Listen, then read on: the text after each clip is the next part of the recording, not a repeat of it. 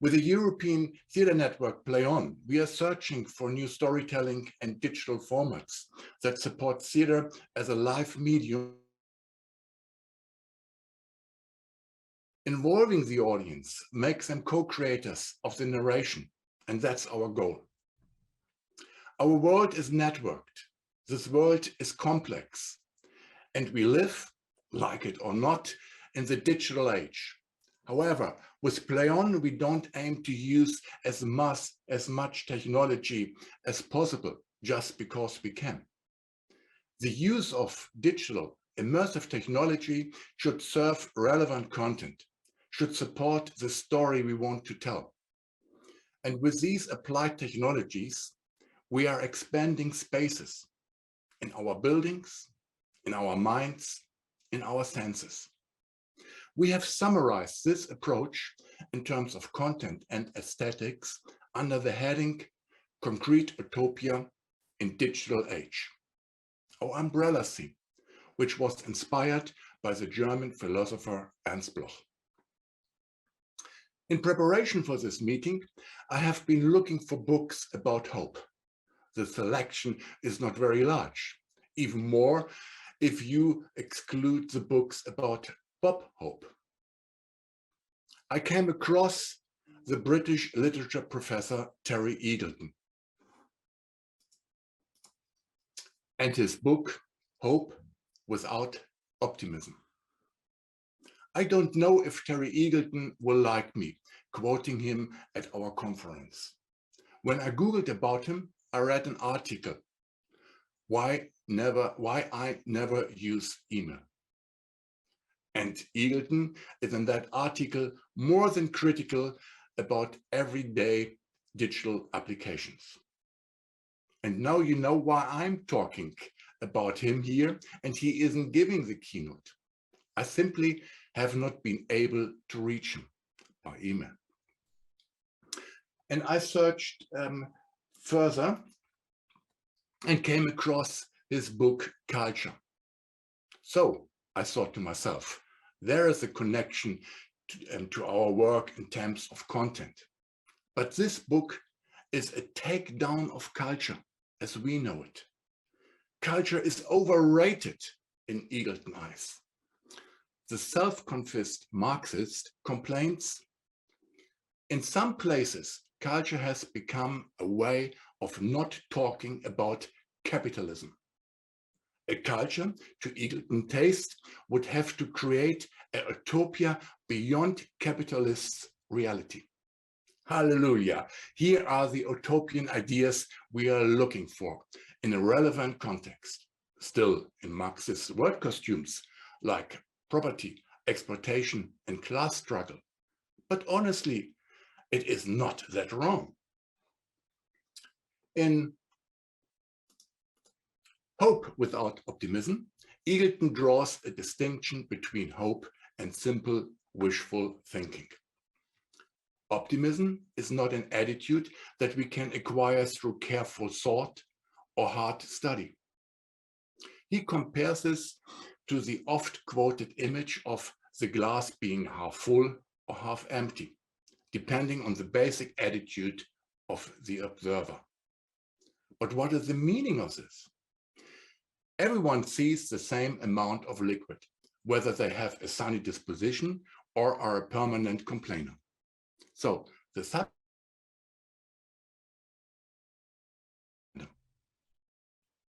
Another example I like even more. Eagleton writes that only in North Korea and in the United States of America, optimism is almost a state ideology. Optimism in the USA is often the same as patriotism.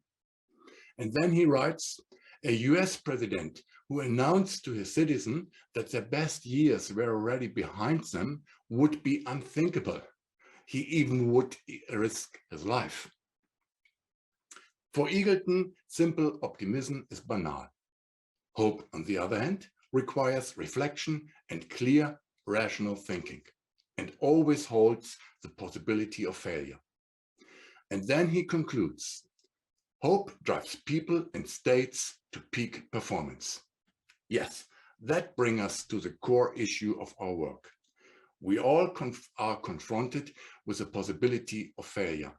And when we make theater and when we use immersive technology, even if we are actually aiming the theater heaven. The hope for improvement drives us. Trial and error are the new hope and failure. Eagleton notes that there can be hope only if future is anchored in the present. A future that could be fairly described in the language of the present would have too much in common with the status quo than to be considered a real future at all. And with that, Eagleton destroys my assumption that we can really deal with utopias in theater, because we simply lack the language to do so. If I understand this correctly, we can hope, but we must know that we cannot predict the future with it. But we should be glad that we have reflected the present, at least. You see, the discussion with Terry Eagleton gave me a lot of fun, even if it's a dark fun. That's why at the end of the book, I just felt like reading again at Ernst Bloch in his main work, The Principle of Hope. Just to confirm that my longing for utopias is not entirely wrong. Bloch calls longing the honest quality of man. And he gives me, and certainly you, courage by saying that it's important that we learn to hope. Because if we stop hoping, what we fear will come. Even when it comes to the cooperation between theater and digital world, as we just learned, we should be not too optimistic. There are the two antipodes, digital world and theater. We will deal with over the next 3 days and in the future. A lot of hope has to be invested there so that we can develop something creatively together. But it is my firm conviction, here it is worth investing in hope. We must train to bring these two creative worlds closer together. Again, hope without optimism. Clear visions must be developed on both sides so that a common, very concrete utopia or visions can emerge. Because we are the storytellers who can develop ideas for people. I hope that we can tell stories with new technologies and in doing so also show the audience the opportunities of our time in expanded spaces so that audience can dive into our stories and make them to their own. And when I talk about it, I immediately have this terrible war in Ukraine in mind. And we don't want to start hope without referring to it. Because all that what I just said about hope, optimism, and reflection is absolutely true to this war. A war that is unthinkable and justified by anything. In PlayOn, we have a partner who is experiencing very concretely the effects of the war. Teatr Va. Lucy, would you like to briefly introduce us to who is with us today? Yes, of course. Thank you, Dirk. And thank you for that provocation around hope. I think it's really important to have that grounding to start us off on this on these next few days. And I really want to say now a huge welcome to Kasia and Magda from Teatret Va. I've heard from Dirk about your amazing work that you've recently been undertaking around the situation in Ukraine. And I just wondered if you could just introduce yourselves briefly. And I know we have a short video to show, but it would be great if you could just introduce yourselves and your brilliant theatre. Thank you very much, Dirk. Thank you very much, Lucy. And first of all, we would like to thank you all. Thank you very much for your great support, but also for the trust you have placed in our theater and our efforts in helping our neighbors, guests, friends, because that's how we call everyone who has been asking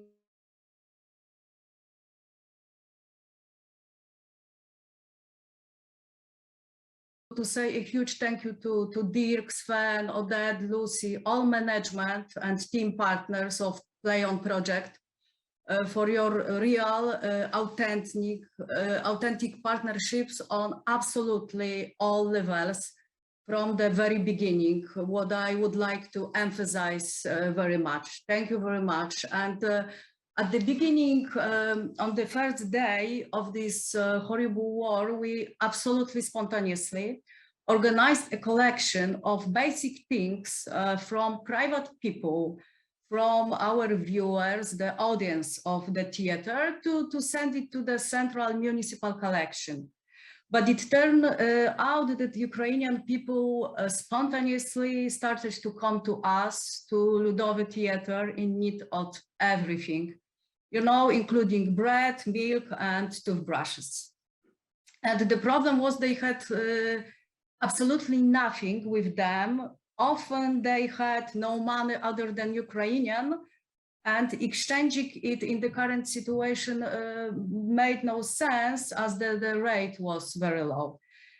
And during these days, lots of sad stories, the incredible absurdity of the whole situation, people in trauma, in extremely bad condition, children with frostbitten faces straight from the border crossing.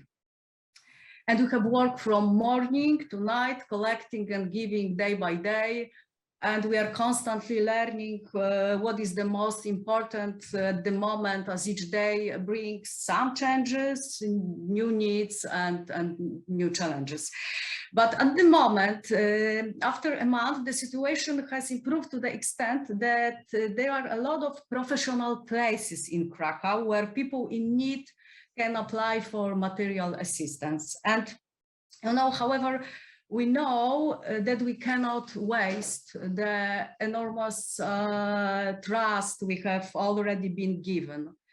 That's why we have started to organize performances with subtitles, Ukrainian subtitles, therapeutic performances, workshops, meetings, especially for children and teenagers.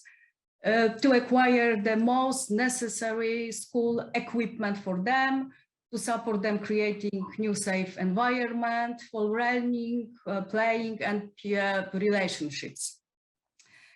And to create new workplaces for Ukrainian artists. But we are sure a more important task, but also a challenge for the theater to create and learn from one another as a new community. And we do it in the theatrical field, as for years this has been our space of work, and this is what we strongly believe in. And once again, thank you very much to all of us, to Burg Theater, to Ensemble Theater. And I'm sure, we are sure that hope is the great value to be shared right now. Thanks a lot. Thank you, Kasia and Magda. So that's hope is for free. And then again, we would be very grateful if you have a donation, which is going to Theater Ludowy, and to support speakers of our conference, as Kasia already mentioned, are donating their fee to the Theater Ludowy. So, and I know that we have a little video. Maybe we can start the video right now to show a little bit. Dirk, one more thing. Can I say something before we start the video to let imagine all of you what is the scale of the situation.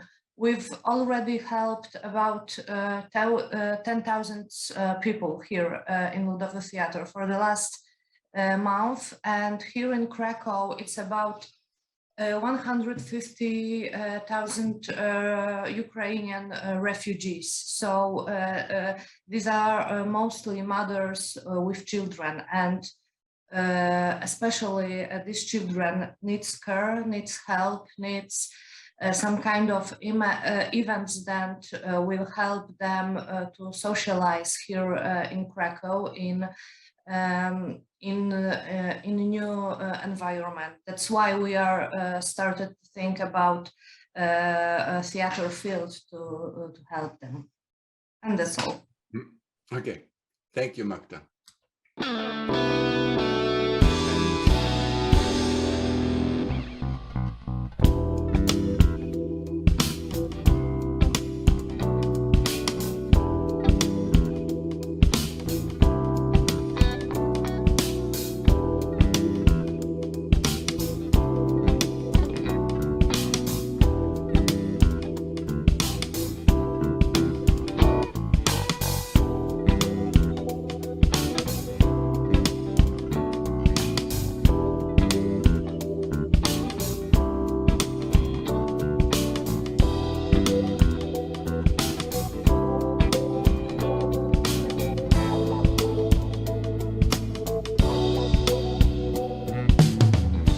Help us to make people smile. Let's help together Ukraine.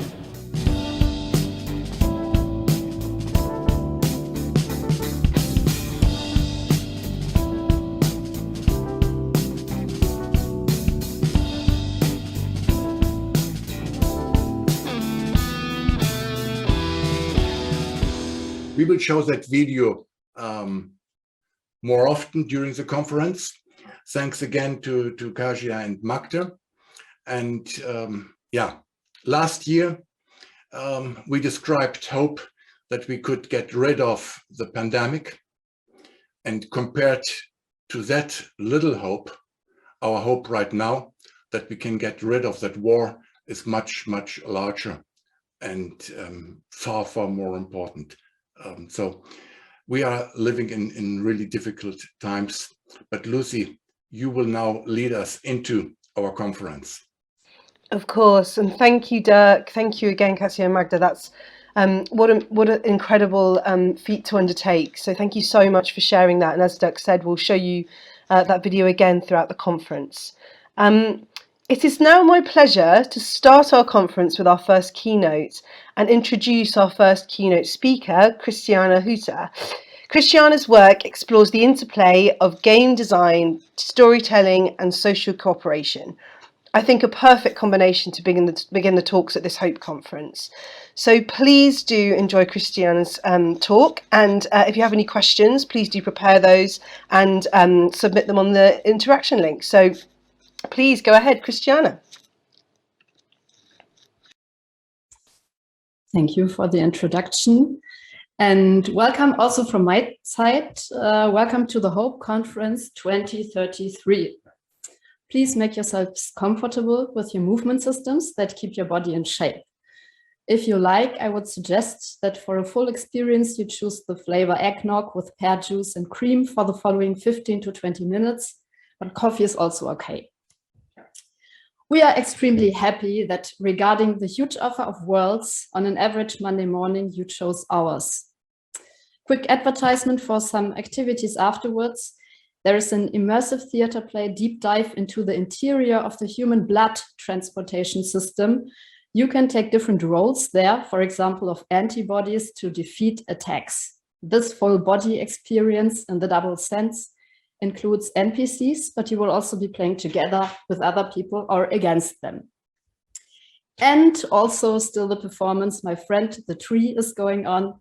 Awaken your personal tree avatar, or as the makers call it, the soul of a tree nearby your house, and talk to it afterwards for the next hours, days, or even weeks.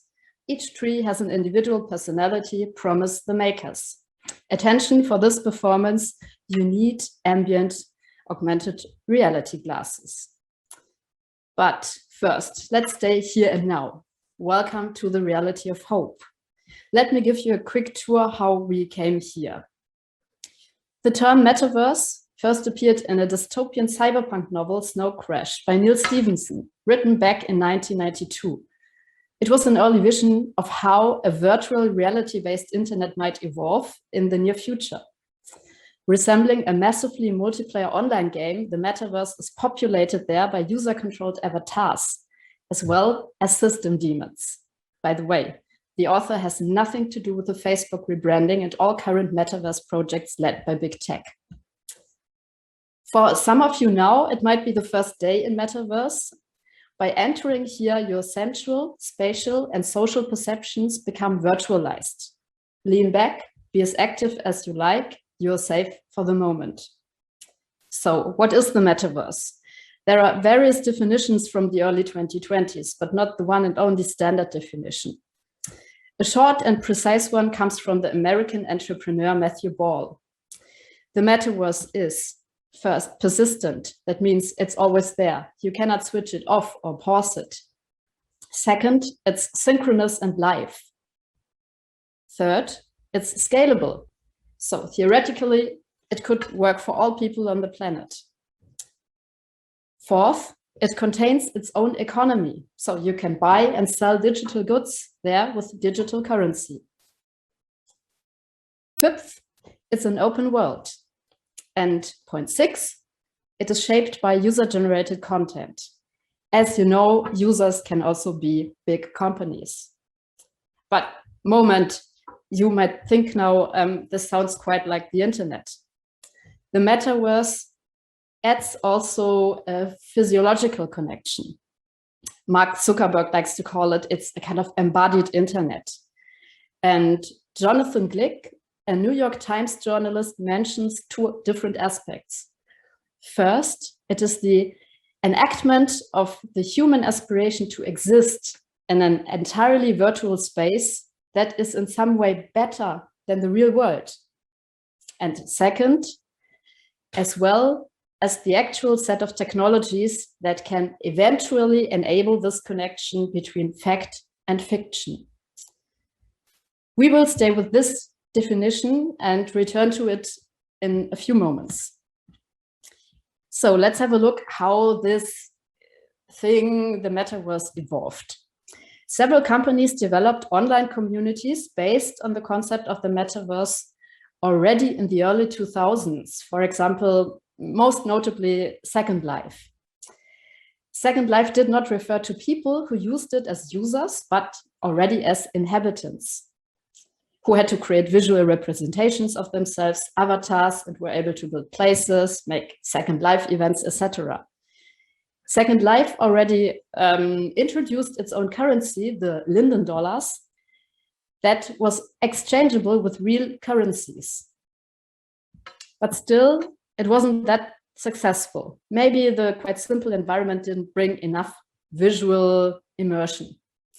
I'm thinking about one episode of the animated sitcom Rick and Morty at this point, where both of them enter a kind of low-quality simulation world that attempts to trap them.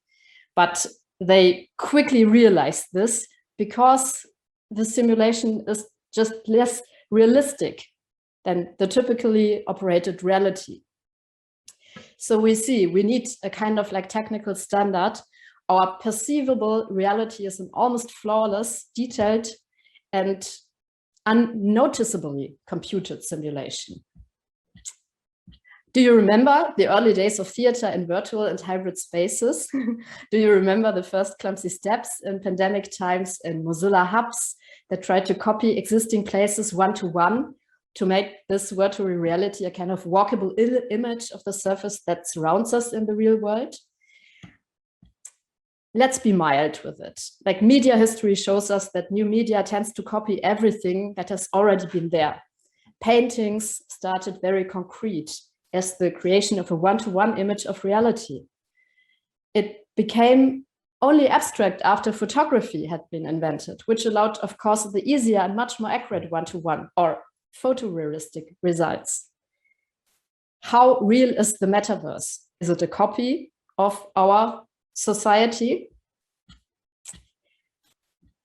In the early 2020s, more and more metaverse ideas evolved. More and more tech companies working on it were popping up.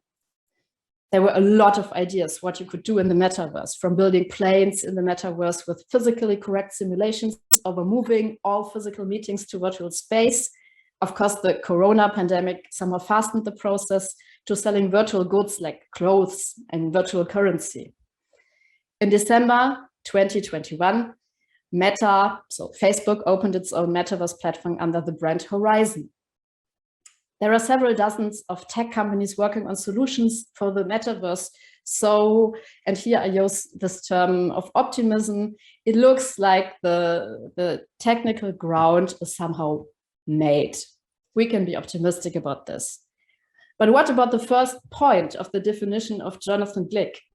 The enactment of the human aspiration to exist in an entirely virtual space that is in some way better than the real world. What is better? One example, now 2022, a small Caribbean state, Barbados, is about to open an embassy in Decentraland. This is about diplomatic parity. We simply cannot support 197 diplomatic missions around the world, says Gabriel Abdet. He's the man behind the digital diplomacy rush in Barbados. The embassy is a small thing, he continues. The big thing is what governments can do together when land is no longer physical land and limitations are no longer part of the equation. Barbados' diplomatic compound will likely cost $5,000 to $50,000 to build, but also expenses are being covered by grants from Decentraland. But let's have a look about like costs of virtual real estate. In November 2021, a patch of the virtual real estate in the online metaverse world of Decentraland was sold for the record of 2.5 million worth of its native crypto mana. Land and other items in Decentraland were sold in the form of non-fungible tokens, NFTs. The most expensive land plot in Decentraland is the Fashion Street area of the metaverse map, and it was bought by the subsidiary of Tokens.com called the Metaverse Group to host digital fashion shows and sell virtual clothing for avatars. I ask again, so is this what we call better than the real world? In her book, Invisible Women, Carolyn Criado-Perez says that when planners fail to account for gender, public spaces become male spaces by default, and the metaverse is dangerously close to becoming a male-dominated space. After all, it's men that are designing these spaces. According to 2020 reports, only 20% of tech jobs at Microsoft and 23% of tech women. Only 37 of tech startups have at least one woman on the board of directors. So let's face it, at the beginning of the 2020s, the metaverse is not going to be an environment that people want to be in unless everyone feels welcome and comfortable there. I think it's safe to say that unless women play their part in building the metaverse and take their place among its architects, it won't be. A concrete example, according to some incidents of grabbing female avatars and sexual harassment, avatars in the metaverse app Horizon Worlds would now be protected by a personal boundary function or a kind of safety bubble that blocks others from getting too close. The personal bubble will be turned on by default, but users will still be able to make small actions. Let's think about this. Do we want to walk around in bubbles instead of establishing a healthy culture? Do we want to enhance reality or just add other rooms to it? So we want a copy or maybe a more escapist version. Do we want to Disneylandize the metaverse? Couldn't the metaverse offer place for thought experiments more? Like, for example, science fiction writer Ursula Le Guin's Elimination of Gender. Psychologist Dr. Jane Gackenbach has published a lot of peer-reviewed publications and more than 10 books on dreams and on digital life. Among other findings, Gackenbach has noted that gamers tend to have more bizarre dreams, those that include far-fetched or impossible scenarios like imaginary characters or space travel. Bizarre dreams, in turn, have also been linked to enhanced creative output in day-to-day life. And those people who were playing a lot within the daytime could clearly navigate better through their dreams.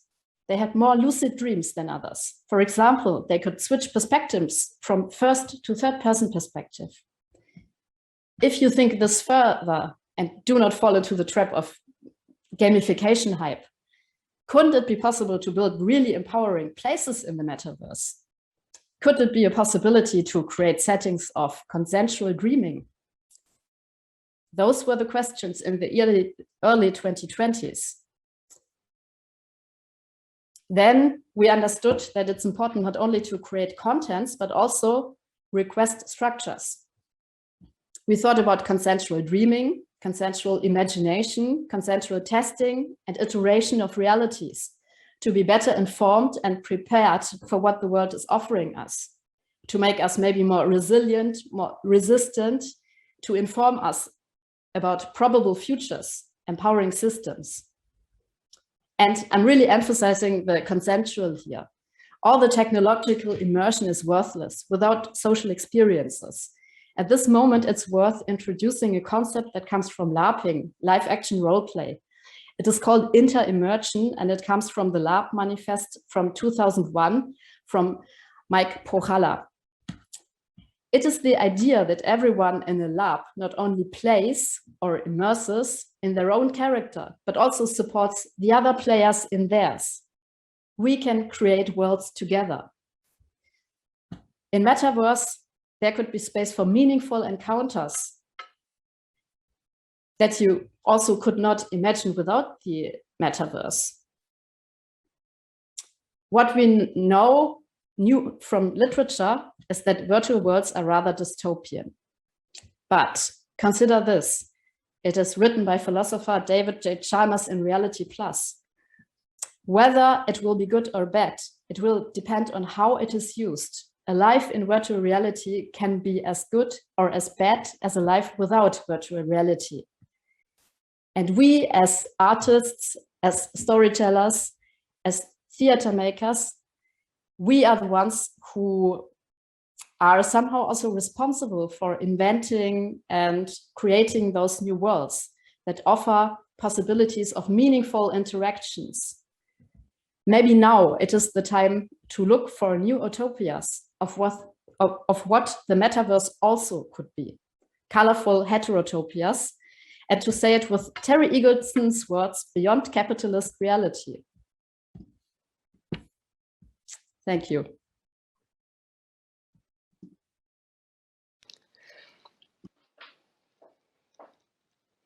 Thank you so much, Christiana. That was really, really interesting. And we're actually, if you, yeah, hello, you're on the screen with me now.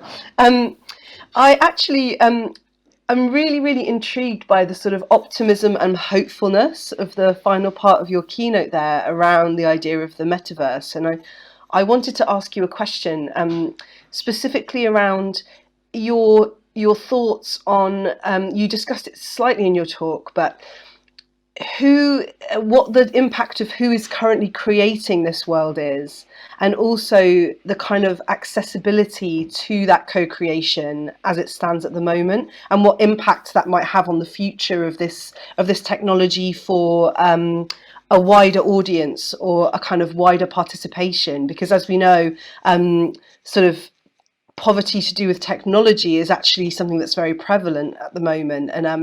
And as you were saying, if people can't kind of get in on the ground level of some of these things being built, the diversity and accessibility of these things may be sort of limited in that way. Do you have any sort of expanded thoughts on that? Yeah, I think accessibility is one of the most important things that has to be realized. And of course, like culture makers can only do this up to a specific point, because a lot of restrictions are made by technology, of course, like inherent structures that you cannot change. But what you can do is trying to build empowering setups to inform people how it works.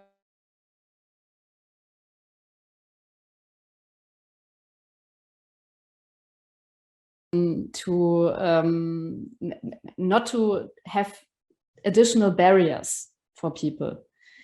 And of course, I also think I'm a big fan of interactive and also participatory projects that also make clear how things work and make people understand what technology is used and why exactly this technology and what else could you do with it. So like in the sense of hacking, like first understanding it and then also being able to use it yourself. But of course, this is not a solution for like more like a kind of global problem. That like the future is really not everywhere at the same amount. So Yeah. it's distributed unequally, and of course, but in the novel, I said, for example, there are like those terminals where you can go and enter like the metaverse just by a terminal, and you will always have your very simple avatar. Then you will not have such a very good status there. But maybe this is also like a question. So how can we also build bridges to make it possible for people who don't have like the super expensive VR glasses also to participate? Yeah, I think that will be a really interesting development to see how accessibility is integrated as the sort of technology continues to grow. I think that would be such an interesting development to see how people are able, or how they invent ways to access that world. We actually have a question from the audience, which is about love and emotions in the metaverse, and I don't really know what they kind of want from that, but I wonder if you have any thoughts around the kind of emotional life of people online in that way. Yeah, actually, I threw out something out of my keynote because it was way too long. And there's one episode of the Netflix series Black Mirror that comes to my mind, where a guy visits a school friend for a birthday and brings him a video game that they used to play when they were in school. And it's a fighting game. And some days later, they start playing this game and having completely like different body senses there. And then they stop the fight and start kissing in the game. And they tend to have like a kind of cyber affair there. And I think there will be a lot of following questions about ethics, also about like legal stuff there. And of course, like the existential philosophical questions. So what is real? Is it real emotion that happens there? What is the effort it has to the real world? Because in this example of the Black Mirror episode, the wife of the one person just discovers what is happening and confronts her husband, and then he stops playing with the friend. But in the end, they come to an agreement. They continue playing together, the two guys, but the wife goes out and leaves her wedding ring at home to also have different encounters. So in this episode, it is rounded up also like this virtual reality has impact on the real reality. And I think this is something that we will be confronted with more and more. Yeah, that's the sort of duality of having an emotional life that's already existing, I imagine, in loads of ways anyway, in terms of how people engage with technology or the internet. But there's something very different, isn't there, about the idea with the metaverse of, as you said at the very beginning of your keynote, it having a kind of physical aspect in some ways, that you embody an avatar or you embody a physical being in some way in that space. And that does absolutely add a whole nother dimension to the idea of what might happen in that space emotionally. You're absolutely right. So I just wanted to ask finally about the idea of immersion and the sort of take it to storytelling, which is a lot of the network is all about talking about storytelling and the use of technology. And it seems to me that there are some kind of incredible opportunities around this new space to kind of co-create stories and have audience participation, for instance. And I just wondered, you mentioned a couple of projects at the beginning, but if you've seen sort of recent examples of how this has started to happen, or any thoughts on how you think that might develop in the future? Yeah, one very important learning I have from projects I made, not in the metaverse, but in public space, combined with digital elements like apps, for example, that people who participate in projects like this, that don't have like a linear story that they can follow, but more like a kind of story universe or a world that they are entering, they are super curious to see how other people perform in it. For example, if you let your audience co-create your characters, for example, in some moments, and then make it public and let them see, okay, what are the possibilities, and then now you can choose what we want to take. This can be like a super nice process. For example, I think this has to be very like well curated, but it also goes to this what I would call empowerment, to make the structure and how it works visible, because in my opinion, it's very important that people also know how it works, and not of this fraction of, wow, everything is magic, and of course technology looks like magic, but I think it's also good to understand the mechanisms. And I think what could also be super interesting is not to think about one single project, but also how to make transitions between those worlds, between those fictional worlds. And it's also a question that we are facing as society. So how to connect all those bubbles that are sometimes really far off. And yeah, I would be curious to see this happen in like the cultural space.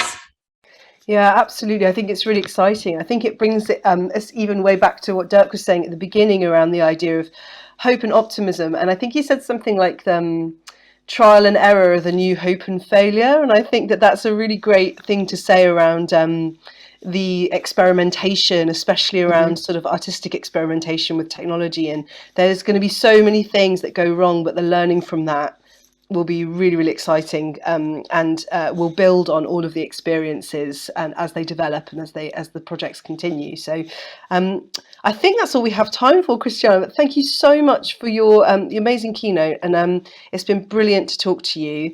I'm just going to quickly mention now, actually, that in some of the breaks later today and across the few days, there is access to the Wonder Bar, which is where our speakers and some of our participants and our audiences will be sort of hanging around a meeting as if we were in a real space.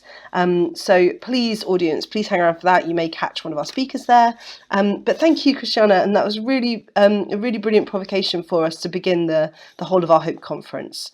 So I think, no worries, thank you. So I think, Dirk, we are going to a small break now, aren't we? No, I don't think. Are we carrying on? We're carrying on.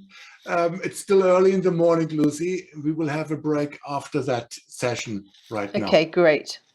Thank you very much, Christiana, as well. And now we are coming to what we are calling our field reports, because PlayOn is a producing network as well. So that's actually our main goal. And we are co-producing with each other. And this year, we have already 4 productions, which we want to present to you. All are done in the frame of PlayOn. And it is again, because we will start with Pilot Theatre in UK in York. And Lucy is not only a very nice moderator and host for today, she is mainly at York, at the Pilot Theatre in York, the project producer. And you will present us the first PlayOn production, which you did in your theatre, Lucy. Yes, thank you, Dirk. So hello everyone again, now with a different role today. Yes, I am projects producer at Pilot Theatre, who are a touring theatre company based in York, making work for young people and young audiences, but also for all audiences. By young people, we usually mean that sort of secondary school age up to the age of 25. And we're a touring theatre company, so we tour all over the UK and sometimes internationally as well. My role at Pilot is to be creative producer of our immersive projects that deal with immersive technology. And I think I have a short video, which is a little teaser trailer of the project. So I wonder if we could just show that now before I share my presentation.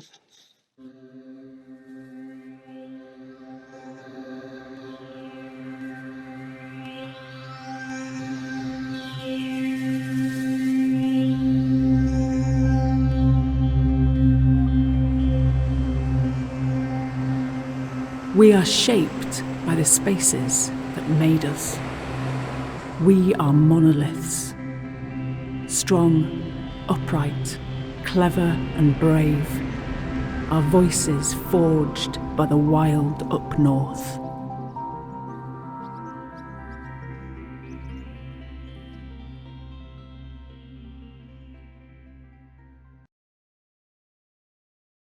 Great. So hopefully, I don't know if there was sound on that, but if there wasn't, it should have had some really lovely voiceover. But let me share my screen. I can talk to you about the project. So Monoliths came about as a virtual reality project for Pilot Theatre, and it sprung out of an amazing project that the company created called Northern Girls, which was an incredible monologue project that introduced writing to young women writers in the north of England who had never written anything before, as well as commissioning northern female professional playwrights to write beautiful pieces for several locations in the north. These were mostly performed outdoors, and there were two events, one in Scarborough in 2020 and another which expanded to 3 different locations in the north in 2021. And the stories are so beautiful, and the voices of these writers were really embedded in those landscapes where we perform. So the backdrop of the city or the town where we were became the sort of soundscape for that project. And it really struck us that that would lend itself to a virtual environment, and to kind of embed these stories in the landscapes where these writers are from and whose voices speak so strongly of their identity. So there's the model at the beginning. I'm going to talk a little bit more about that in a second. So for Monoliths, we worked with 3 incredible performance poets, Hannah Davis, Asma Al-Badawi and Carmen Marcus, all of whom had been part of the original Northern Girls project. The virtual reality piece is split into 3 locations. The first is the moors, which you can see an example of here, and every single location you'll see has a monolith present. So this is a little still of the Yorkshire moors for you here. A bus which is going through Bradford. You can see through the window. We work with an amazing development company who developed the project called One-to-One Development and Dreaming Methods, and they have created these kind of incredible visuals, and we collaborated very early on the idea of a kind of magic realist style for the project, and you will see elements of that where on the bus, for example, the windows have things written on them, and a sort of incongruous objects appear as the story goes on that relate to the poems. You can see in the windows here that actually, which was an invention of One-to-One, we layered some real video footage of Bradford in the north, of a journey through Bradford behind the windows. So it's kind of combining film and a kind of 3D rendered environment in the virtual world. The third space is the northern coast. So here we have you can see a bit of the magic realist style coming through here with the enormous moon and the beautiful glittering beach. It doesn't really come across here, but the rocks when you're in VR kind of glitter. All of these spaces are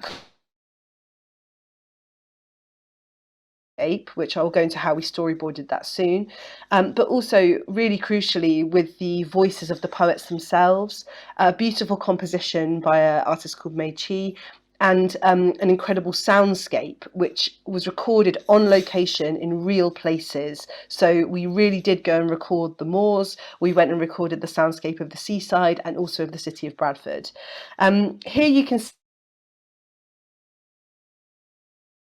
how myself and the developers worked together to sort of storyboard the very subtle cues that could go alongside the landscape and the speech. So you can just see an example here how in the moorscape, for instance, we changed the sky, so it's all very subtle and really integrated. You don't see any physical beings in that space. You might see an animal, for instance, but you don't see any other human beings. It's all very much about immersing yourself in the storytelling and the beauty of that landscape and soundscape.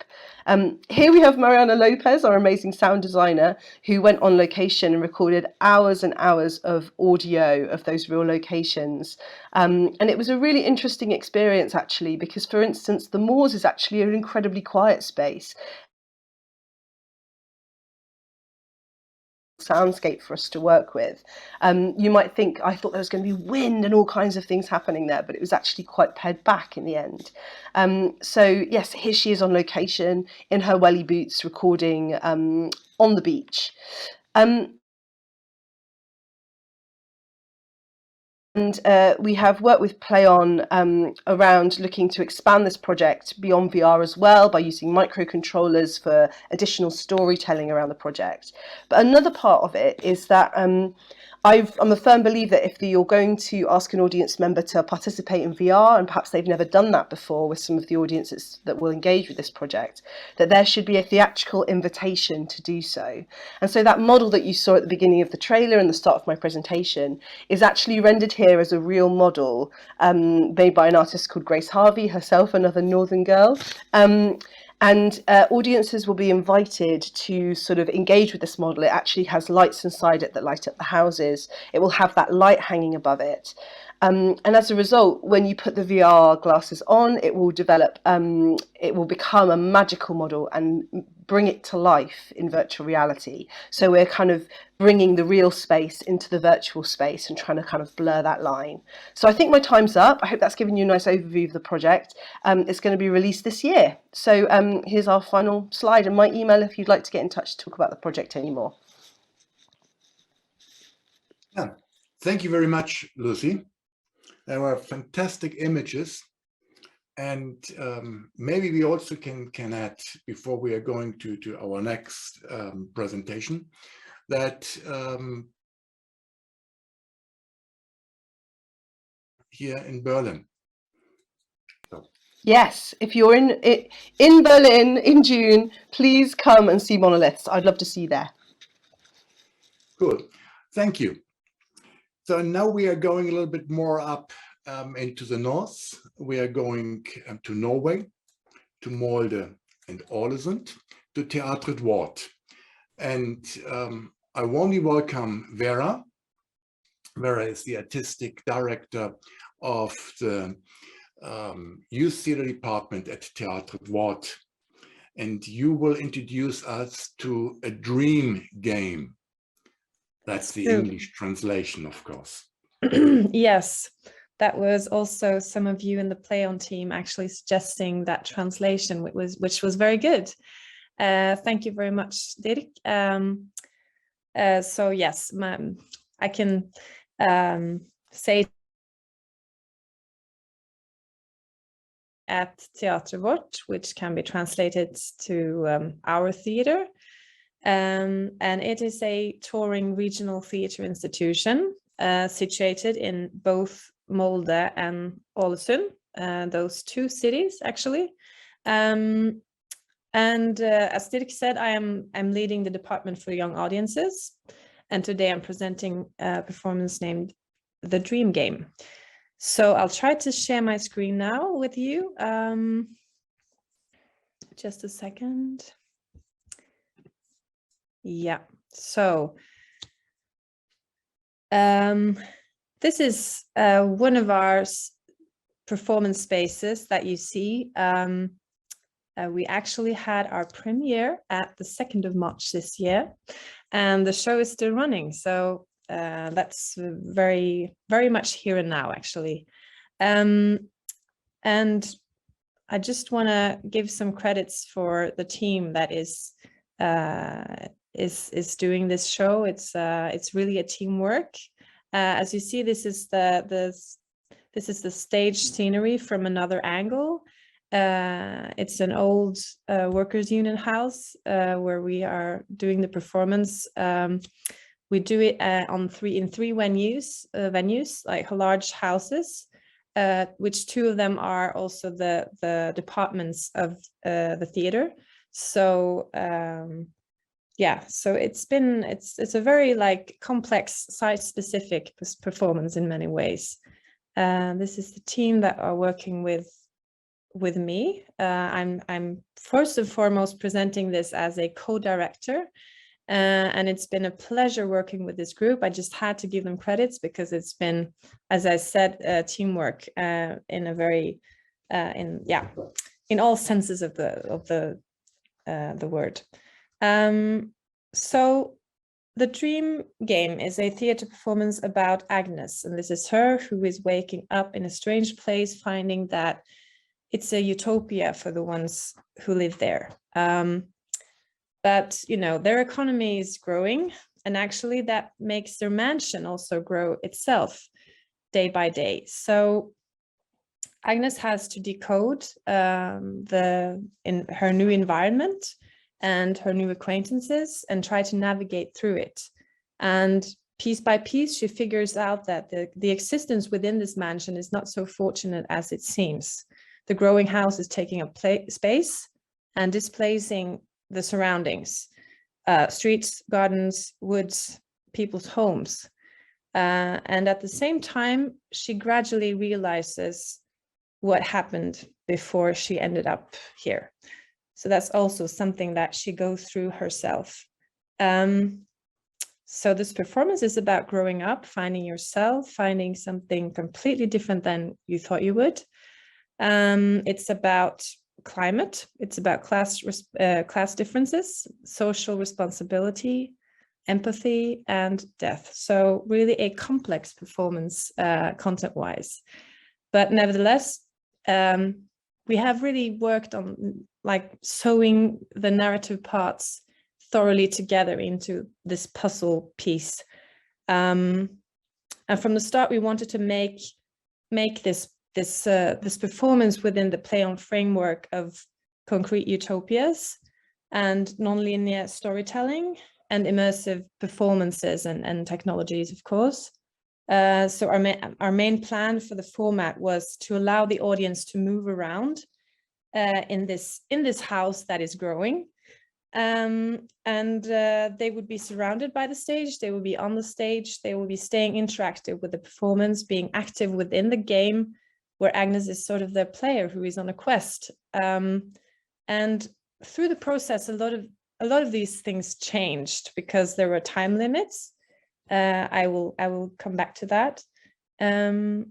But anyway, you know, this performance is based on a 1902 written text, which is written by August Strindberg, a Swedish playwright, who was he wrote this surreal, fragmentary, non-linear text about a god's daughter who is traveling down to Earth to see how the humans are doing, and they're not doing good at all. So we tried really to kind of turn this into something more hopeful, more possibility focused, and a lighter performance, which is a game like the life itself, where the main characters are confronted with difficulties and brutalities of the modern society and adulthood, and especially adulthood. When it comes to like the viewpoint of children, we focused on 10, 11, 12-year-olds as our main target group. So that was, I'm showing you some pictures now also from the performance, which is running. Anyway, in both the original and in our story, Agnes sets out to encounter specific humans, but also the strangest creatures, and it all tangles up in a dreamy way. So situations come and go as a patchwork, sort of, where you need to add up the pieces of the puzzle to realize what direction the dream game is going. So the plans for the dream game were many. We had a lot of tech dreams. We had a lot of immersive plans for the format, but we had some time limits, which kept us from fulfilling all our dreams. So, and many aspects were changed as we wrote the script, like the new script. But also this winter's pandemic restrictions actually made us change the format from audience moving into a more static format. So that has to do with the time and place, of course, and the resources that we have in a time limit. So the dream game became an immersive site-specific experience, really, or performance, yeah. We have been receiving a lot of direct response from the audience, from the target group, 10, 11, 12-year-olds, from older youth, from grown-ups, from different types of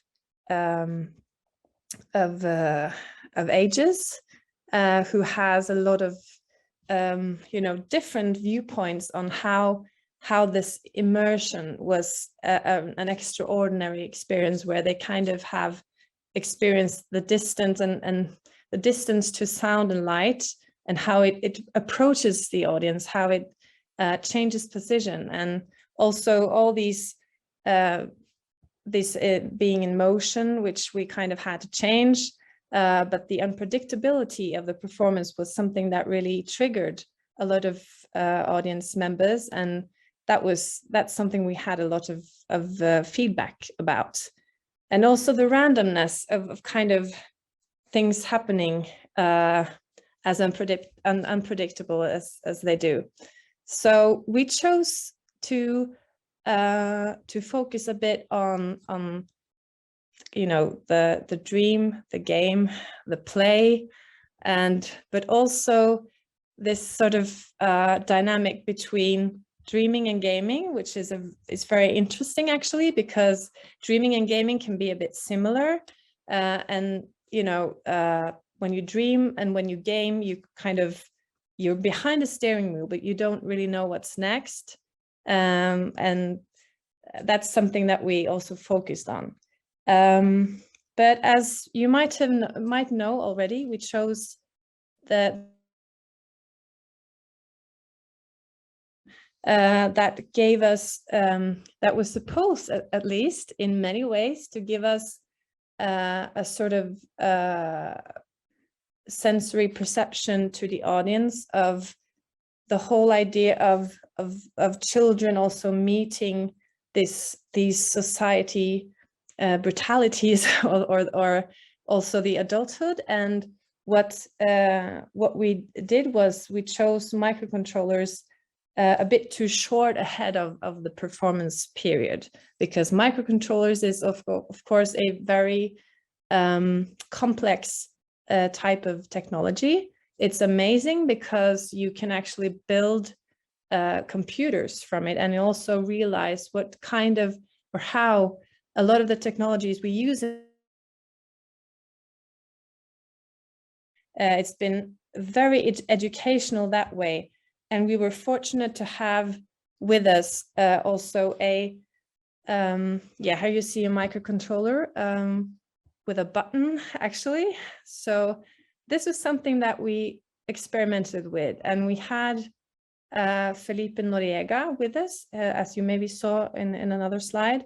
He's a composer and sound designer, but he's also been doing a lot of programming and coding, especially as a composer. He's coding music.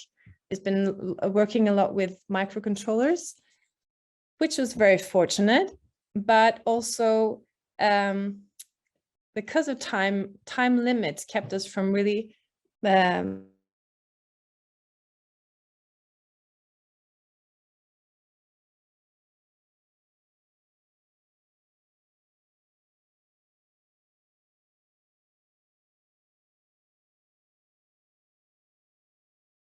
costumes into kind of light and sound sculptures, installations, actually, which would have been a bit different for the audience if they were moving, but still we have received a lot of feedbacks from the audience on this being a very special experience, and also the distance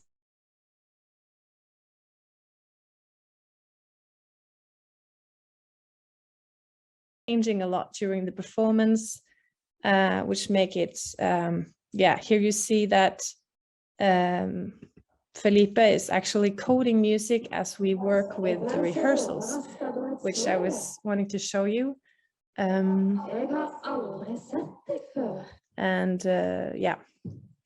So it's very exciting to see this in action a bit, because that's actually what he does.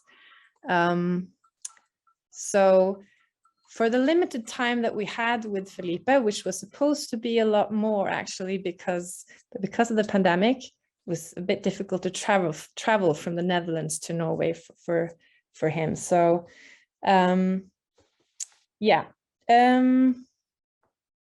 think the conclusion that I can have time now to kind of present to you is that we had from the start a not so pandemic friendly performance, but in many senses it was a lot of fun learning about microcontrollers. We would have loved to have more time to explore that technology. Anyway, it was so playful and so immersive also for us working with the performance, to actually be able to make all the sounds and soundscapes and music coming from so many different parts of the space. So they were kind of like autonomous micro-controlled computers, but as we went on, we actually had to kind of replace it also with, as you saw in an earlier picture, a more iPod driven, some of the technology that we actually used before, and something that was completely new to us. Sorry, Vera, we are running out of time. But we will have a Q&A later, so there will have a chance to get more to know about your production. Thank you very much.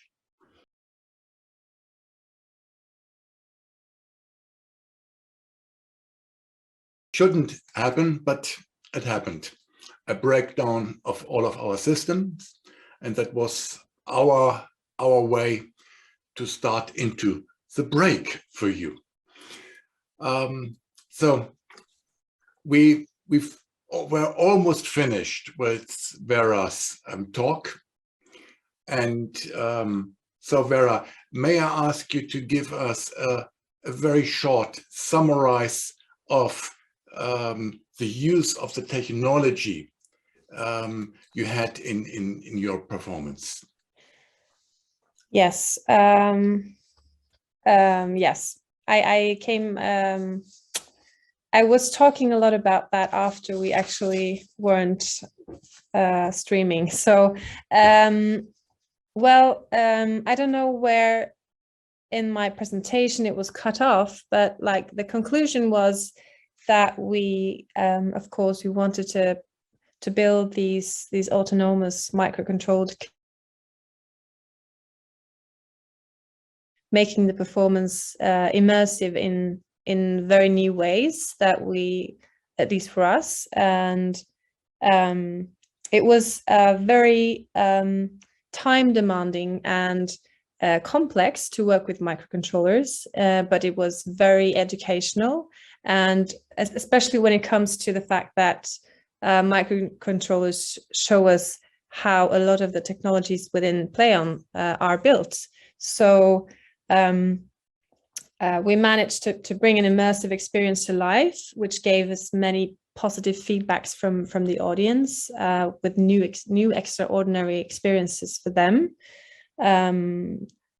Yes, so I will say it's been it's made us learn a lot, and also we know now that, of course, when working with new technologies, you need time frames that are suited for it, really. That's important. So yeah. Okay, Vera, thank you. And sorry again for that interruption. It's difficult as a speaker to come back into same mood and speed. So thank you, Vera. We will hear more about your production and our Q&A. And now it's interesting because, as I said at the beginning, we tried to speak in PlayOn about utopias, and Vera pointed out very well how the dream game was dealing with an utopia. I'm not really sure if we can say about George Orwell's 1984, if that is really an utopian idea. I'm a bit afraid there is a dystopian a bit stronger in. And that leads us to the production of Teatret Va, who brought 1984 on stage, or to be very correct, who want to bring it on stage. Everything is done and prepared and rehearsed, and then twice Corona stopped the team to have the opening night in Krakow. So please welcome Katarzyna, Kamil, and Piotr from Teatret Va. Hi, hello. Hello. I am the director of the play. It's called 1984 Ministry of Love, and together with me there are Piotr Froń, the dramaturg, and Kamil Kamysz, the specialist of technology in our project. So I will start what it is about, because we don't took the plot from the book, but we try to use the world that is created in the novel and bring another history using the rules of the world, that they are really strict. So the plot is in the Ministry of Love, the ministry where the interrogations are in. And it's about two kids escaping the system. And the interrogated characters are the mother, the father, the sister, and the teacher of the kids. And we used, in the process, we used some VR technologies to do the projection that are present in the performance. But the main technique that we use is the voting system, and Kamil will talk about it later. And to begin with, it's good to say that the performance is for kids and adults, like from 13 years old and older. So it should be a lecture in a school. So maybe it's time to put the trailers in. It's okay? Thank you. Proszę się przedstawić. Ewa Nowak. Helena Sobieraj. Milena Makowska. Jan Ksawery Makowski. Te osoby popełniły myślozbrodnie. Popełniły myślozbrodnie przeciwko nam. Ich myślozbrodnia jest faktem. Ich myślozbrodnią jest posiadanie materiałów wrogich nam.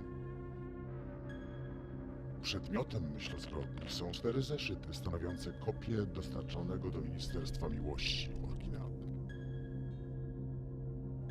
Zeszyt jest zbiorem rysunków. Opowiada historię życia nieosób. Nie zebraliśmy was tutaj, żeby was ukarać. Chcemy wam pomóc, bo to my kontrolujemy teraźniejszość. I to my mamy władzę nad przeszłością.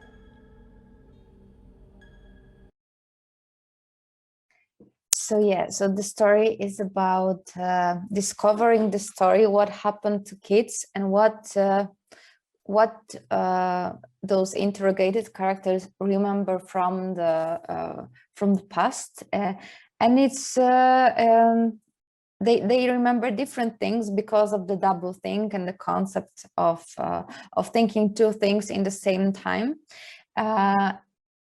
And we use the technology to find the path that we are going through the story, because we don't, in every performance there is a different story from the different perspectives, and it was quite hard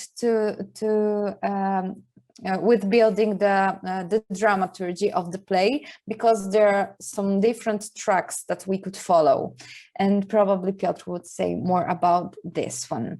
So Kamil, could you please put the presentation on and talk something about the technique? Yeah, sure. Thanks.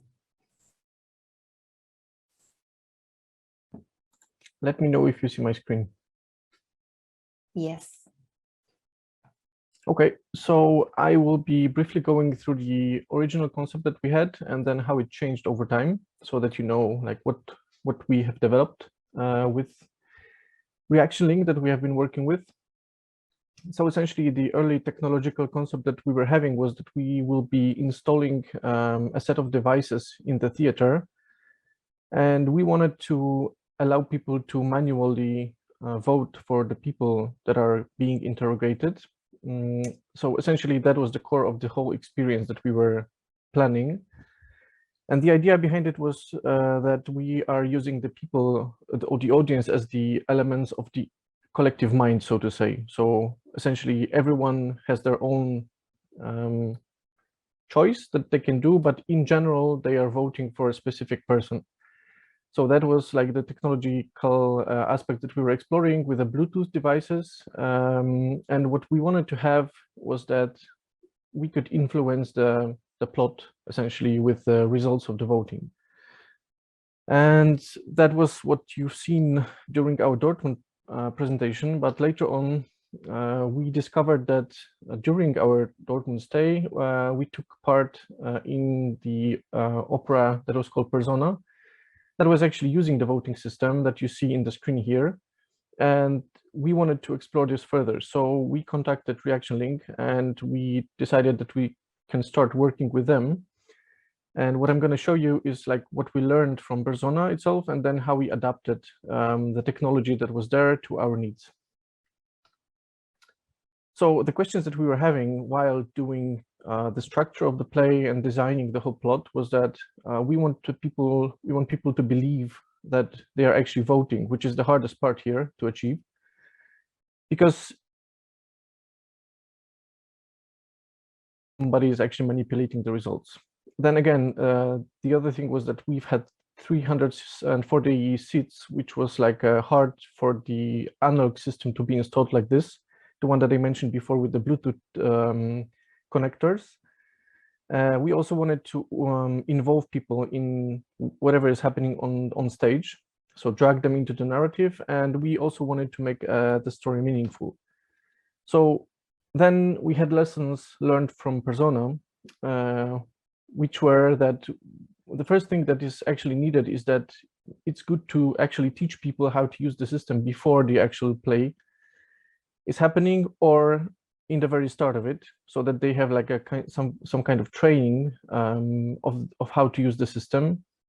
There should also be the proper cadence between the votings, because you cannot have many votings like accumulated over one like specific moment and then not use it anymore over the play.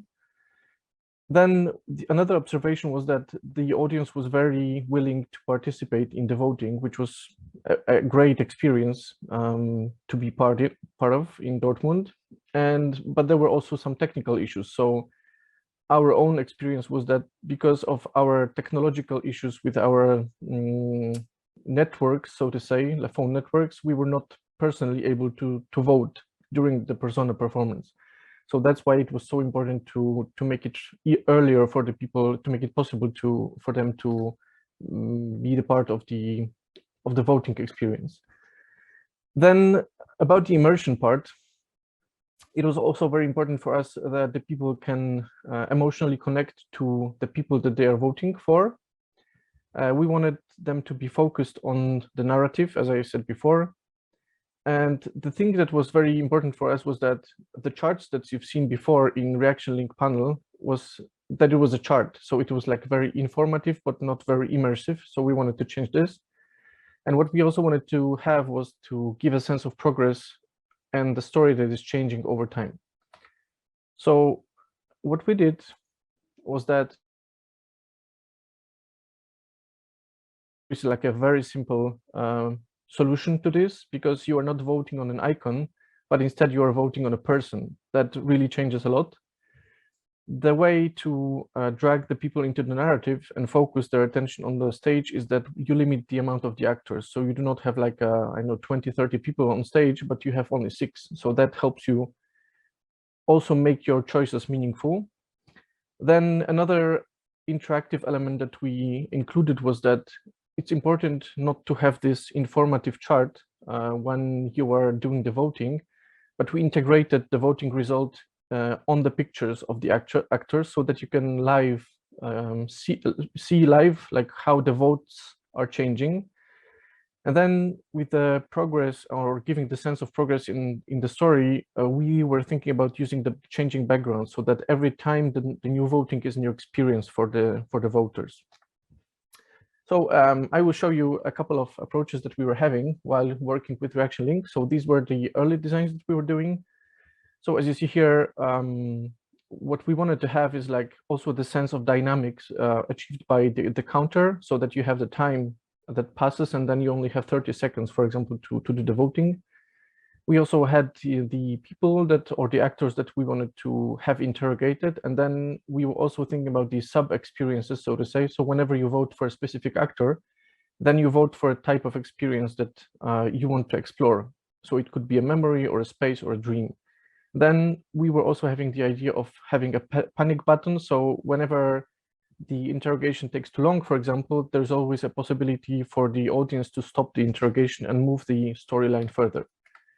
Then we were having the adaptations, working with a designer and the developers from Reaction Link. These were the adaptations of our designs that you can see here. So this is how it looked like. We were also exploring the possibility of whenever the actor gets evaporated, to like how it looks like and what's going to happen. And then how do you make the voting result meaningful? So this is the third picture that you see here. And this is the final iteration. This is the developed one and actually implemented one that we are using. So it was important so that we have these parts of text that you can actually like switch between reading and watching the play going on, and then choosing between the actors. And what is really important here from the technological point of view is that it's browser based. So you do not need any app essentially to make it work. You only need to have a phone with a stable internet connection and your phone browser. So it works on any device that you can have. It can work on a tablet, it can work on a phone, whatever you are using, also on a laptop. And here we are having like a couple of pictures from the actual rehearsals, how they looked like. But I think I can now give voice back to Piotr, I think. Yes, Thank hello. you, Camille. Thank you, Camille. Hello, everyone. So yeah, like Kasia said, the main quest in building our story was to build consistent story with multiple form of its possible progress. And in our process, we built firstly empty structure of story, and through improvisation with actors, we filled it with each possible perspective. So in the effect, we have a quite structural performance, but in harmony, I think, with poetics of interrogation story. The basis of Ministry of Love are two technologies. The main one, system of audience choices, designates plays dramaturgical method. The performance is basically an interrogation of 4 characters. Members of audience have to explore the characters' memories about some incidents from the past. To do this, we're choosing as a member of audience which character will tell us her story about it. So the process of our story is in the hands of audience. And it's, I think, the core of our idea of this immersion idea of our play. Audience also decide together what will be the final effect of interrogation and what will be final fate of interrogated characters. We also have second technology, which is, I think, passive because it's not interactive with audience. It's virtual reality projection of our characters' dreams. So maybe Kasia say something about it.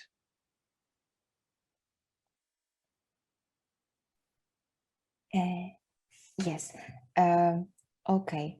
So I wanted to say something about the process of rehearsing, because it's really fun when you have a lot of different parts to make, how to rehearse the one version, and we still don't know how it will work when the audience come.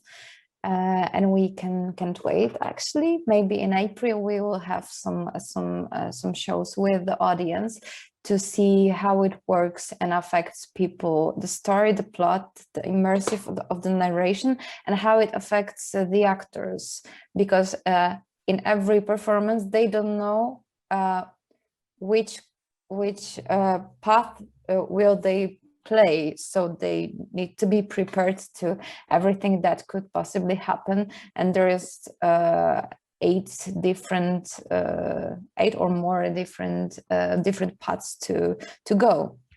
So I hope we will try to make it as soon as possible and tell you about the results. Thank you. Thank you, all 3.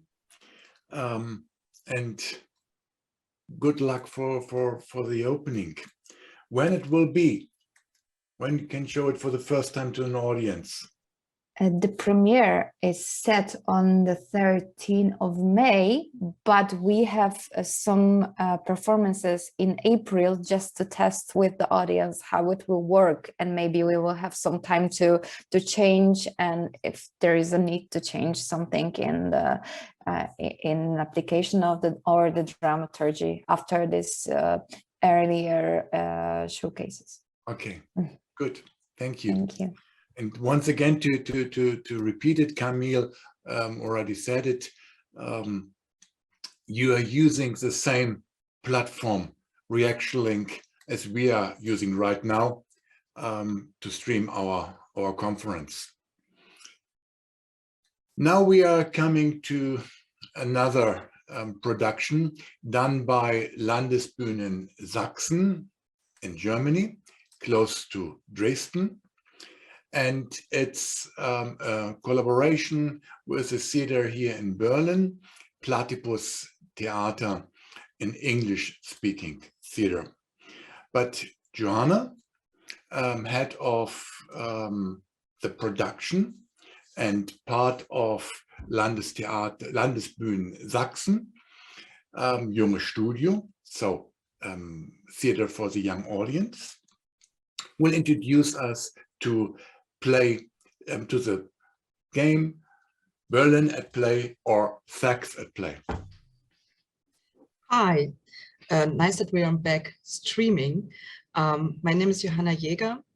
I'm working on Landesbu in Sachsen as a theater pedagogue, dramaturg, and my main topic here is to invent or be in charge of the interdisciplinary projects. I want to share my screen with a presentation I prepared.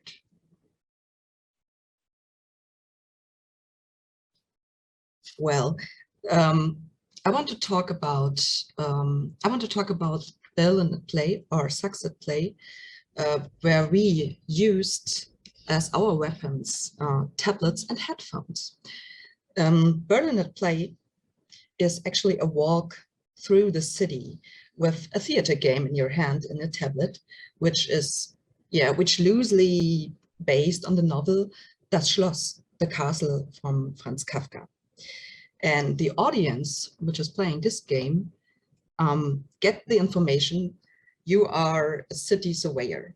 You're doing measurements and you get feedback via a smart city app.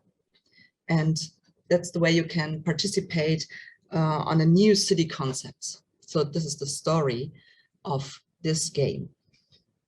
And for the experience the audience have, we use different techniques. We mix them. At first, of course, you have a tablet, and the tablet navigates to different points in the city. So you have a little walk in the city. And via augmented reality, you will navigate. So you have a visual feedback where you are, and the augmented reality is leading you to the point you have to go next. And you also see in this picture, there's a little assistant. The assistant introduces at itself as an artificial intelligence. That's what the assistant says, but truth is it's just creating a puppet, which we created with a 3D scan. We've done with a lot of partners in Berlin as well. And we created this little puppet called Subi for being an assistant in this game and to do every lead. And all the movements we gave to this puppet in the tablet, in the software, was also coming by motion capture we did with one of our dancers in our theater. She was wearing a motion capture suit and was creating all the movements we need to animate the puppet. So this was a huge process for developing.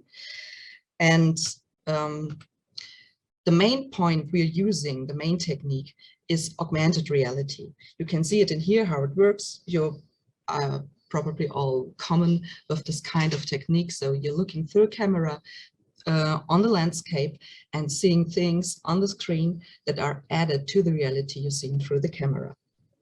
So this is, of course, a part which makes it more immersive. We also have some labyrinths, which the audience has to pass through, have made their way through the labyrinth. And it also goes very gamey because you have to collect coins and you have to choose gates.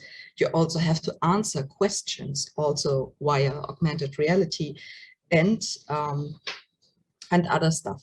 So this is really coming out as a game. And another technique we use is binaural sound. Binaural sound is a system where you hear something around you with the headphones as it would be on a certain point, like right behind you. And in this technique, we use for a figure in the game, which shows up as a whistleblower and wants to bumping through the game. And one of the last techniques is the one you see in here. It's a 3D audio. So this is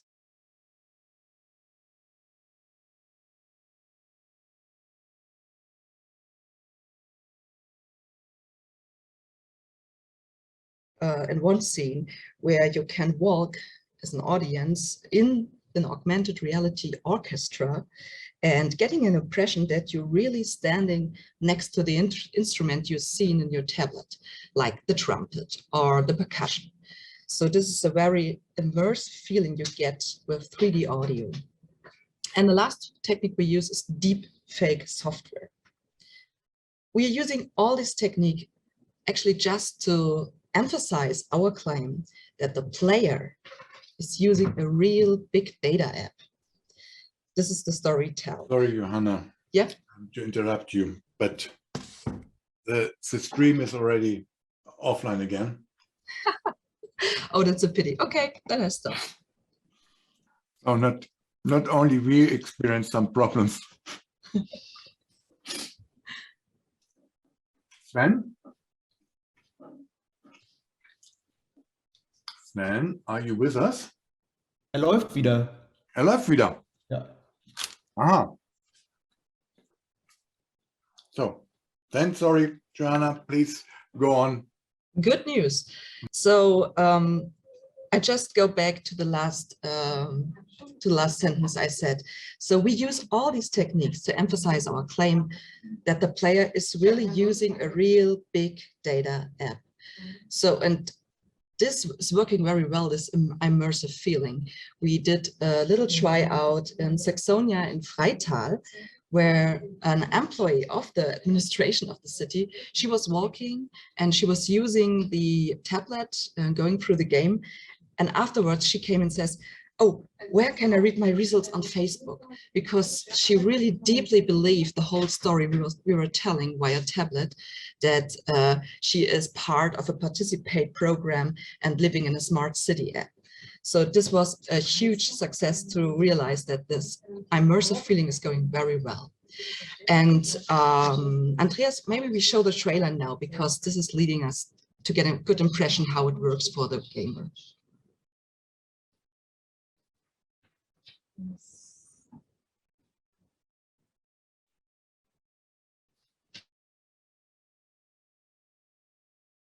It works because I haven't the trailer by myself. Andreas?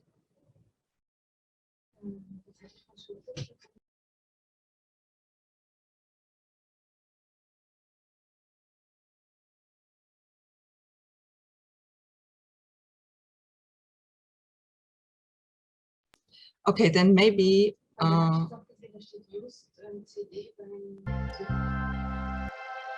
Berlin at Play is bringing theater into the virtual space. Now get acquainted with the tablet in your hand. Congratulations! You have made the right decision in joining in on our project. Now the game can begin! The user explores the city with a tablet in his hand. He's guided with GPS. Follow me with your tablet's camera. And at certain points, he can scan the environment with the tablet and see the scenes. It was crazy the way that this other digital world was just imposed on the real world. And seeing the dancers, the virtual dancers in the real park, and buying a real coffee with virtual coins. Your CAF coin balance is shown here. Leave the cafe and follow the marker. It's quite an interesting experience. You're almost there. It was a great experience walking around the area I lived in as a kid and seeing this whole area from a different perspective. The area that we were in was a totally new area for me in Berlin, and you got so sucked into the world, like it was super interesting to see it in a new light.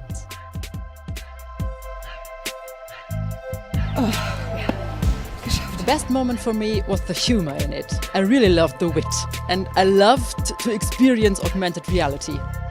The technology being used, the idea behind it, I think is brilliant.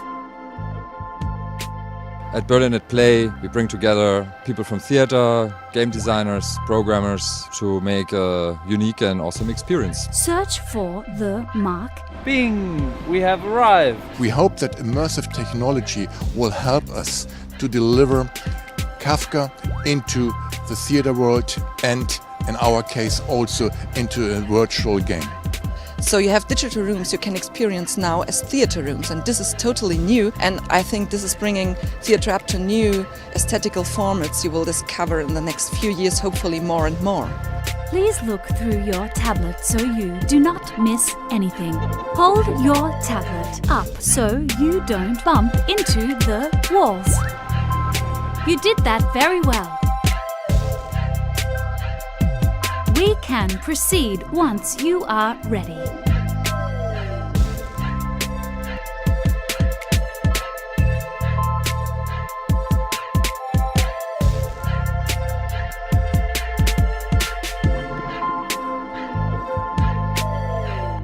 Just do. Thank you. So I hope that Svela gave you a good impression.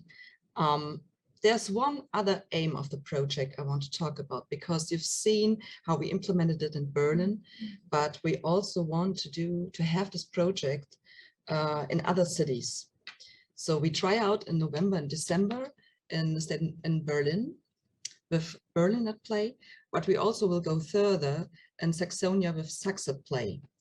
And that meant that we as a theater, we have to be able to realize the carrying out by ourselves mostly.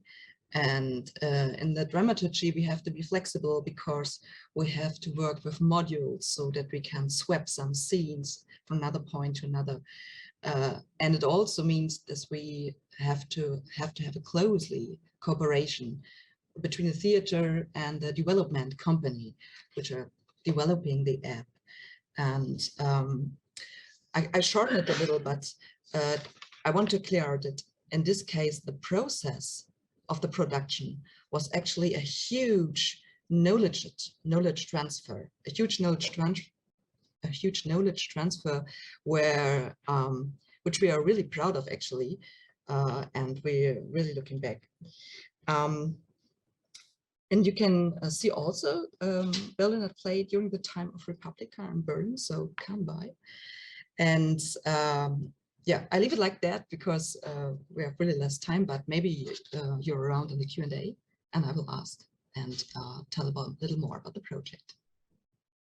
Okay, thank you, Johanna.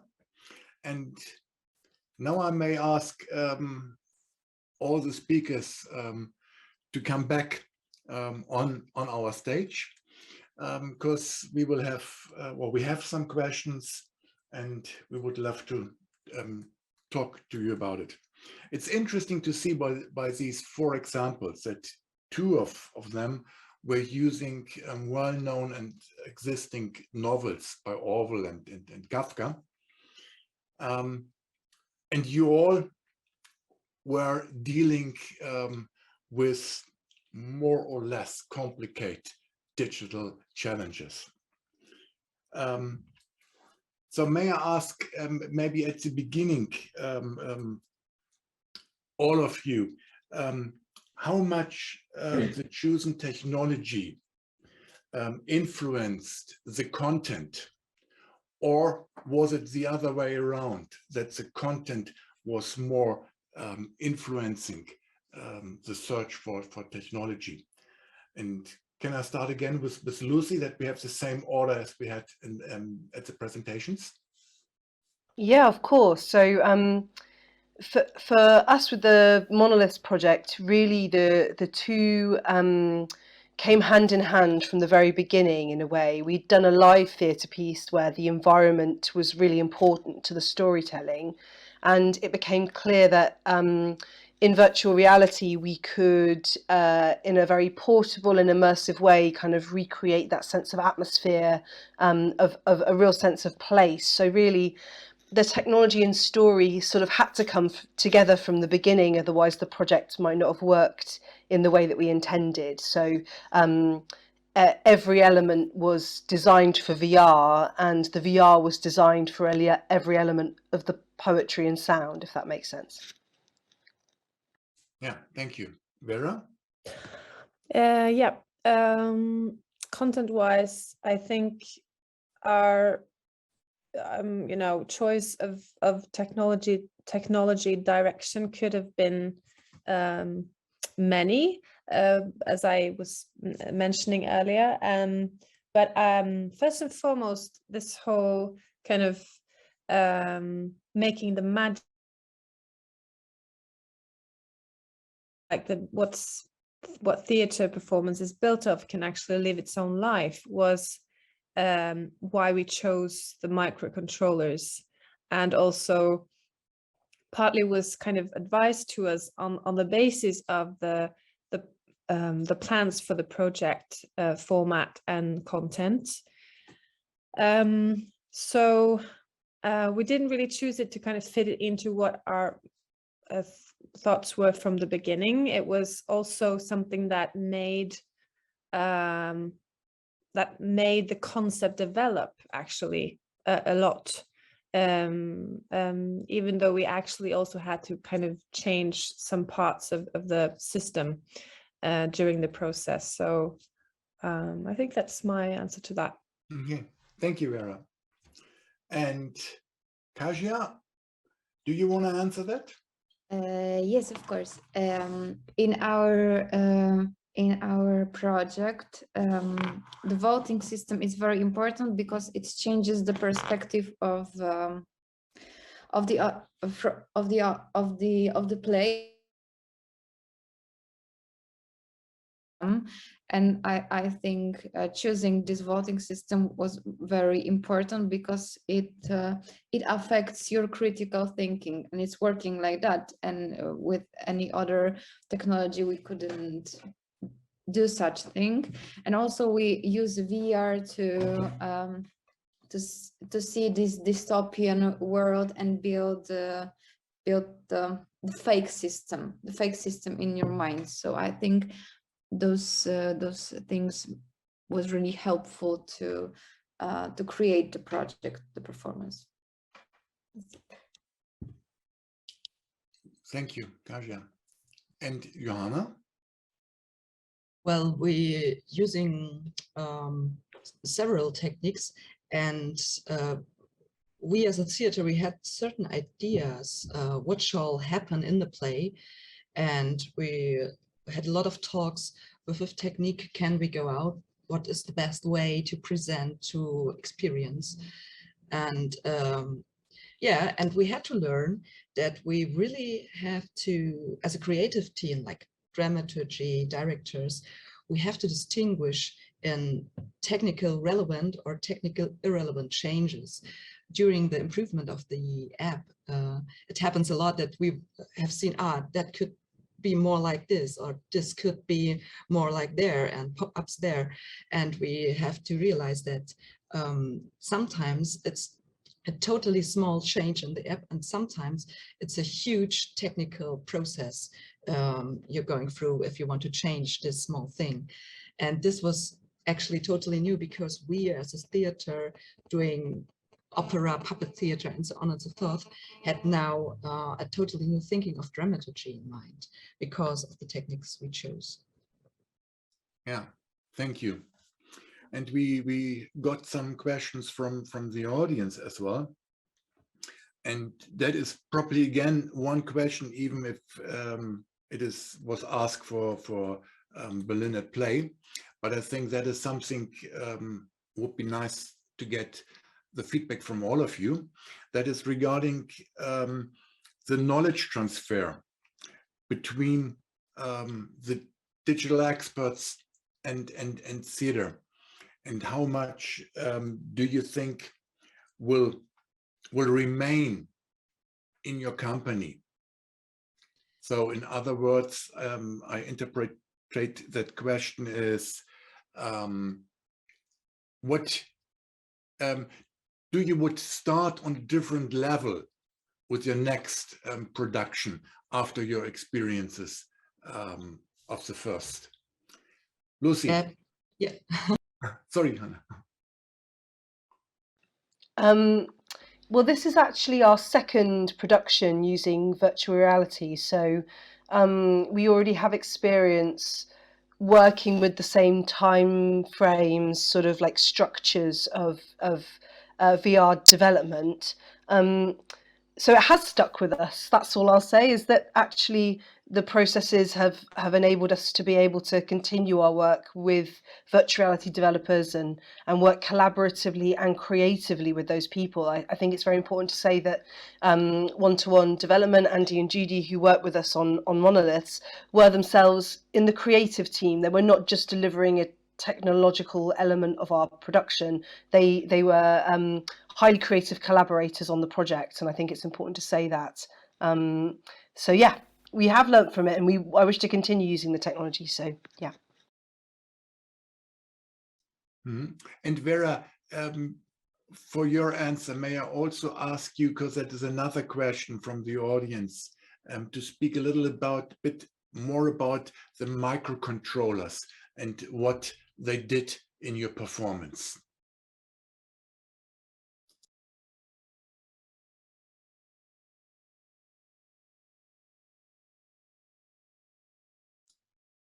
Vera, you are muted. Sorry. There, do you hear me now? Yeah. So maybe I should comment on the experience, the transition. I don't know if maybe I should comment on that very shortly first.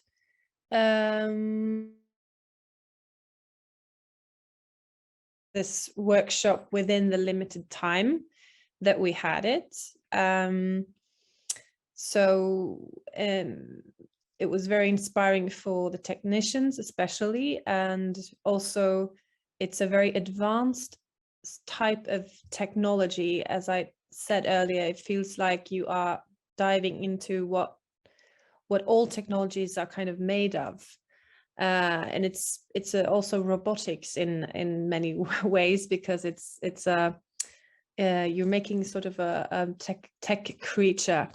So I feel that when it comes to experience and knowledge in our organization, it's also important to kind of follow up.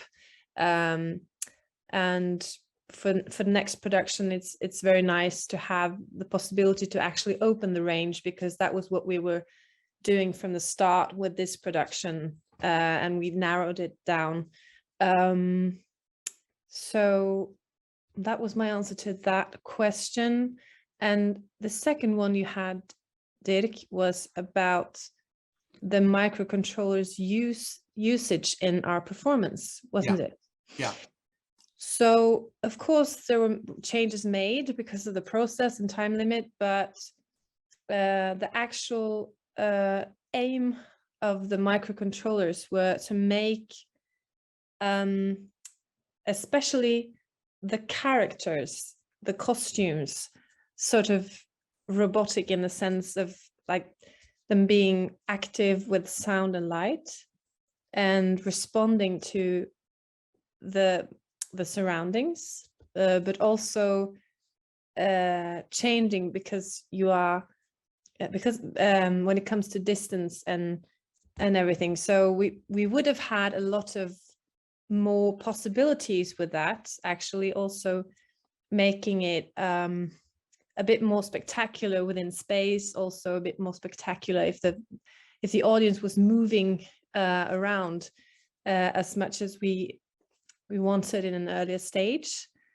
But they were supposed to kind of make this sort of autonomous computer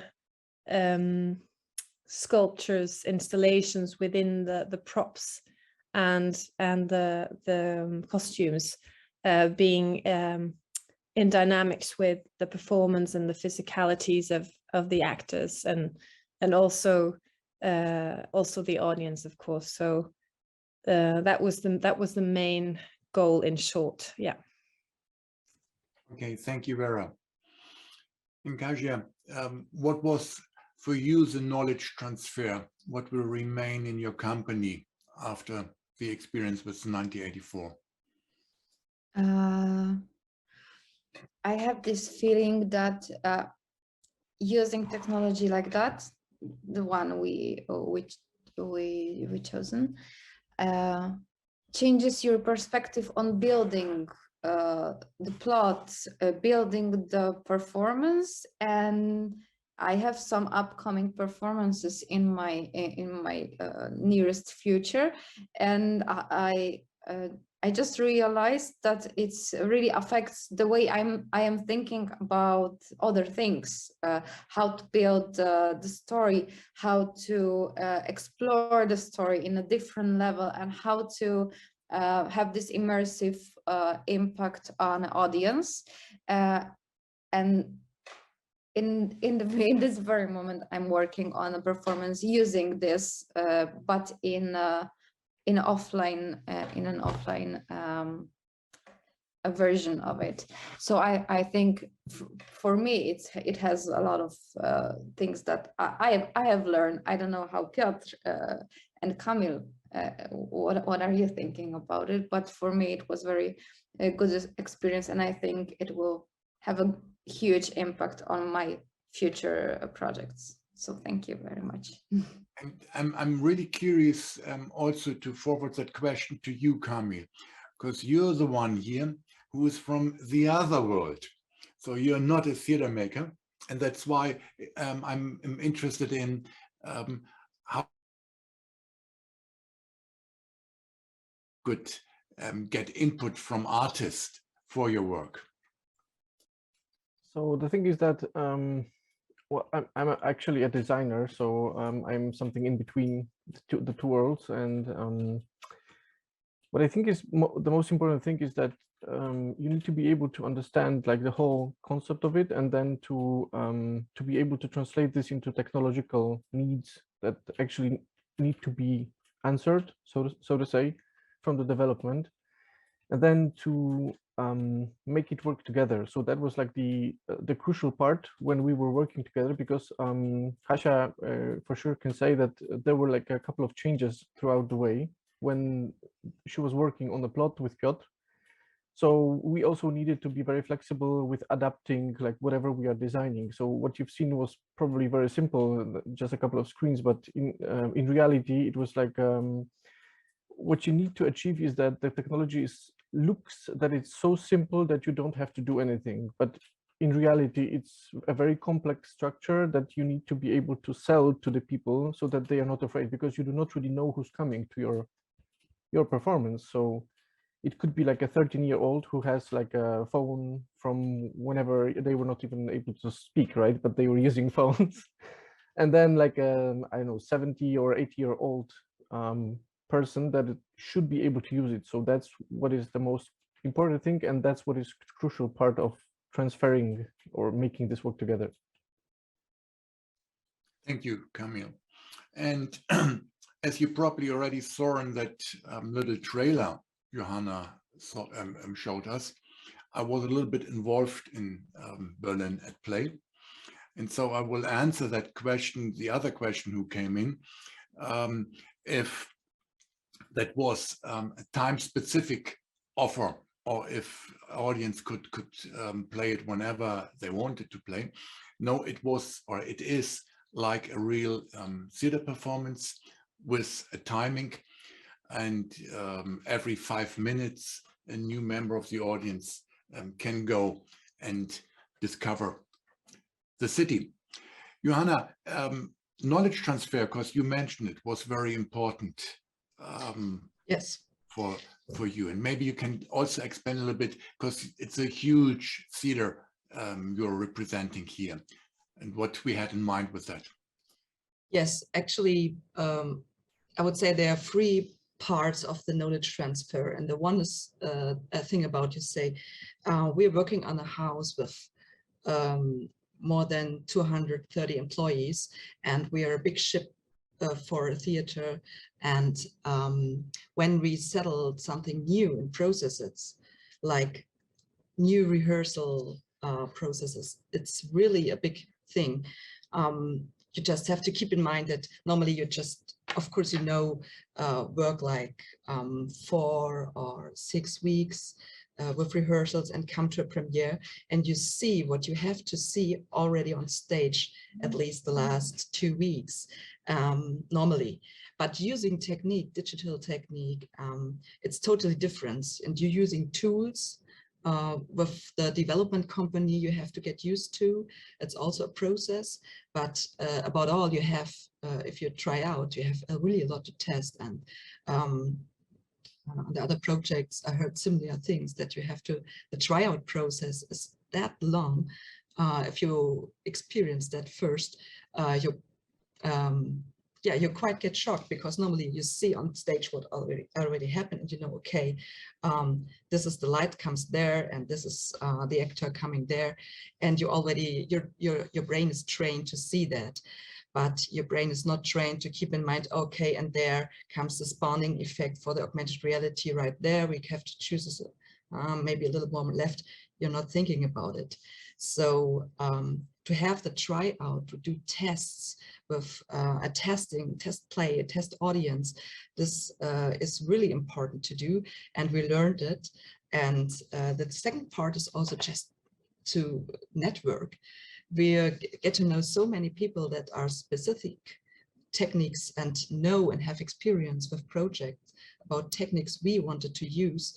This is a network we are very thankful, and we really want to go on to stay in contact, because you really have to know guys that have experience with technologies you want to use.